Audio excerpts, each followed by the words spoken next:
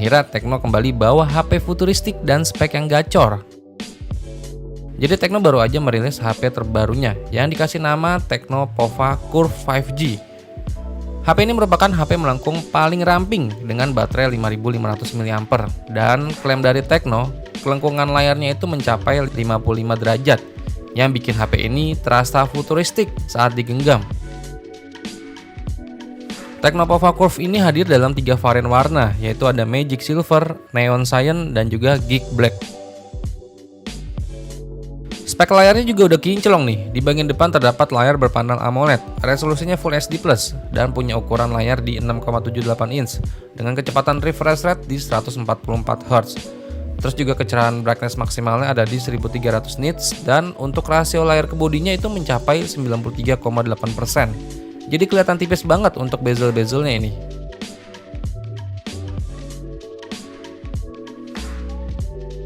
Terus buat performanya dari Tecno Pova Curve 5G ini, dia udah pakai chipset dari Dimensity 7300 Ultimate dengan fabrikasi 4 nanometer.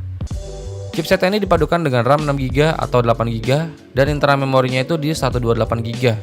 Chipset Dimensity 7300 Ultimate ini termasuk chipset kelas mid-range ya. Tapi performanya udah lebih dari cukup buat kebutuhan sehari-hari.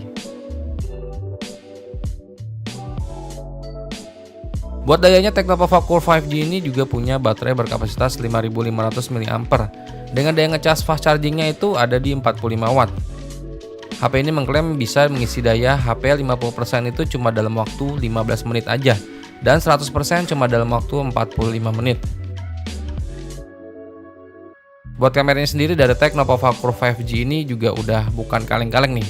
Dia udah punya setup 2 kamera belakang. Kamera utamanya ini beresolusi 64 megapiksel dengan sensor yang digunakan itu dari Sony IMX682. Terus ada lagi kamera lensa depth sensor beresolusi 2 megapiksel. Buat urusan sinyal di Tecno Pova Curve 5G ini memiliki cangkupan antena 86,5% yang solid.